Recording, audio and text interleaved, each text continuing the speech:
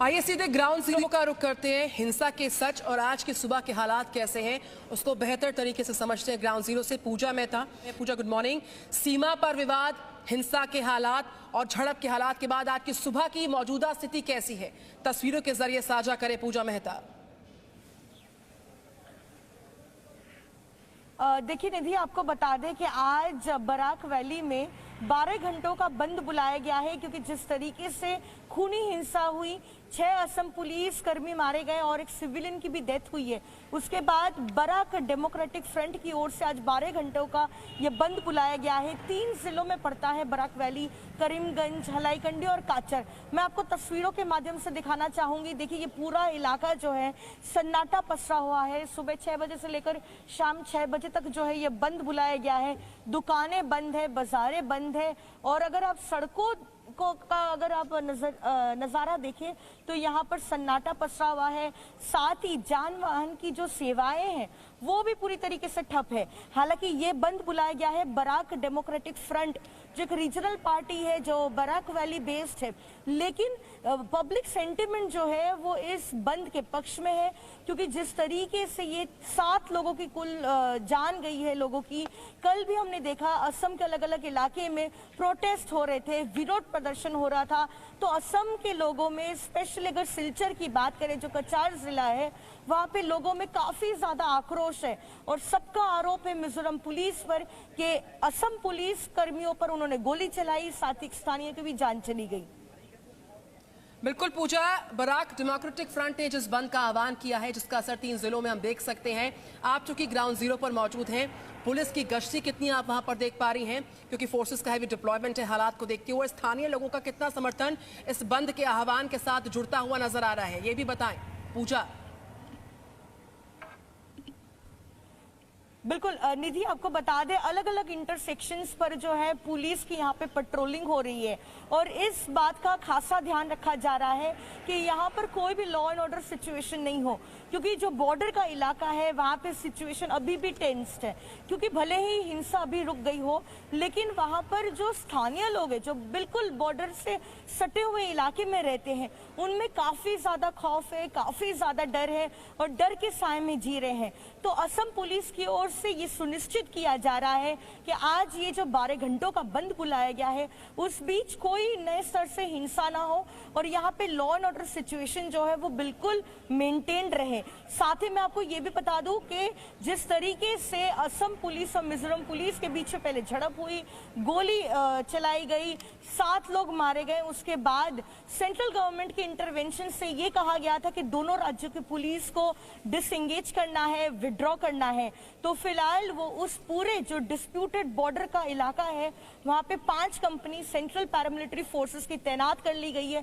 कल ही 5 company CRPF की वहां पर पहुंच गई थी, डिप्लॉयमेंट हो गया है वहां पर और वो पूरा इलाका जो है उनके जो है सर्वेलेंस में रहेगा और वो पूरे इलाके में फिलहाल सीआरपीएफ तैनात रहेंगी। बिल्कुल, चूंकि इसकी गूंज संसद तक भी पहुंची, इस सीमा विवाद को लेकर जो हालात उत्पन्न हुए, अपने पुलिस जाबाजों को भी हमने खो दिया इस पूरी हिंसा में। जिन 3 जिलों का आपने जिक्र किया, बराक घाटी के हलाईकंडी उसमें आता है, करीमगंज उसमें आता है और साथ ही साथ उसमें कछार आता है। वहां पर कल से लेके अब तक अगर 24 घंटे की हम बात करते हैं पूजा मेहता, तो छिटपुट घटनाओं की बात में कोई जानकारी मिल पाई? क्योंकि लगातार कोशिश जारी है, सेंटर की तरफ से भी, सेंटर ने भी इंटरवीन किया, हालात को मॉनिटर किया जा रहा है और स्थानीय लोगों का समर्थन भी इसमें मिलता हुआ। तो इस वक्त वहां पर स्थिति और कैसी है? बंद से अगर हम अलग हटकर बात करते हैं, बंद को तो सपोर्ट मिल रहा है, आपने इस बात का जिक्र किया, लोकलाइट्स भी सपोर्ट कर रहे हैं। बिल्कुल निधि, आपको बता दें राज्य सरकार की ओर से 3 दिनों का मॉर्निंग अनाउंस किया गया है। शोक पालन किया जाएगा अगले 3 दिनों तक और कोई भी एंटरटेनमेंट प्रोग्राम्स राज्य सरकार जो है वो नहीं मनाएंगी। और साथ ही जितने भी गवर्नमेंट ऑफिसेज है, सचिवालय है, हाफ मास्ट पर जो है नेशनल फ्लैग फ्लाई करेगा। लेकिन उसके अलावा अगर हम बात करें तो यहाँ पर टेंशन इतना ज्यादा है बॉर्डर में, तो इसलिए राज्य सरकार जो है वो कोई भी चांस लेना नहीं चाहती है। लेकिन जैसा कि मैं आपको बता रही थी कि आज से लेकर जो है 3 दिनों तक शोक भी पालन होगा, साथ ही बंद भी चल रहा है। और इस बीच जो सबसे बड़ा अपडेट है वो ये है कि आज जो यूनियन होम सेक्रेटरी है अजय भल्ला, उन्होंने एक मीटिंग बुलाई है। दोनों राज्य असम और मिजोरम के चीफ सेक्रेटरी और डीजीपी आज अजय भल्ला से मिलेंगे और ये पूरा डिस्प्यूट जो है उसको सॉल्व करने की कोशिश की जाएगी। दिल्ली में आज ये अहम बैठक होने वाली है जिसके तहत कुछ डिसीजन भी लिए जाएंगे और ये देखा जाएगा कि आगे आने वाले दिनों में इस तरीके की हिंसा ना हो। बिल्कुल पूजा मेहता ग्राउंड जीरो से लगातार है। विवाद दरअसल कहां से उत्पन्न होता है, शुरुआत इसकी क्यों होती है, कहां से होती है, विस्तार से जानते हैं। पूजा बनी रही है मेरे साथ, में तुरंत आपके पास वापस आ रही हूं। असम मिजोरम का एक दूसरे पर जो अतिक्रमण है उसका आरोप है। मिजोरम और असम के तीन बॉर्डर जिले विवादित हैं। मिजोरम 1873 के बंगाल पूर्वी सीमांत के नियम को मानता आया। मिजोरम 509 वर्ग मील के जंगल को अपना बताता। असम 1933 में तय संवैधानिक नक्शे को मानता है। 1933 के नक्शे की सीमा थोपी गई कहा गया मिजोरम की तरफ से।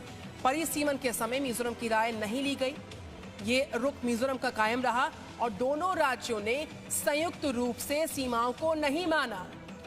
तो हमारे साथ पूजा मेहता लगातार है। पूजा, ये विवाद कोई आज का नहीं है, विवाद चूंकि पुराना है, लिहाजा सेंटर का जो इंटरवीन है और जिस तरीके से अब तक की कार्रवाई सामने आई है, आने वाले वक्त में अगर हम समाधान की बात करते हैं, विवाद को सुलझाने की बात करते हैं, हालात को बेहतर करने की बात करते हैं, तो क्या रूपरेखा हो सकती है, इसको लेकर किस तरीके का रोड मैप नजर आता हुआ, क्योंकि विवाद को सुलझाना एक प्राथमिकता है इस वक्त मौजूदा हालात को देखते हुए। पूजा मेहता।